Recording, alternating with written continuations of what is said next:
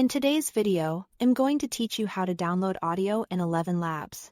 If you've already created voice generations in Elevenlabs and want to save them to your device, the good news is that the process is very simple.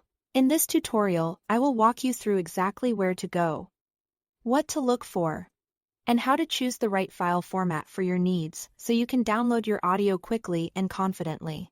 To begin, open Elevenlabs and go to the text-to-speech section. This is where your generated audio is typically created and managed, so it's the right place to start.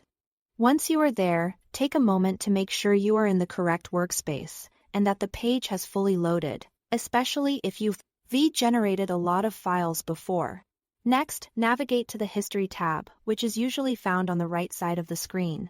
This area stores your previous generations, making it easy to come back to audio you've already created without having to generate it again. If you've been using the platform frequently, you may see a long list of audio entries, so it helps to scan carefully for the one you need. Now, locate the specific audio file you want from your previous generations. You may want to identify it by the text used, the voice style, or the time it was created. Taking an extra second here can help you avoid downloading the wrong file, especially if several generations look similar at a glance. Once you've found the correct audio entry, click the download button in the history list. This will open the download options for that file. Depending on the platform layout or any recent interface updates, the button may appear directly beside the audio item or within a small menu connected to it.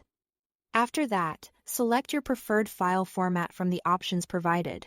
Elevenlabs allows you to download files in different audio formats like MP3, WAV, FLAC, or M4A.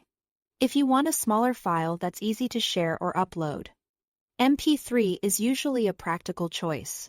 If you prefer higher audio quality for editing or production work, WAV or FLAC may be better options.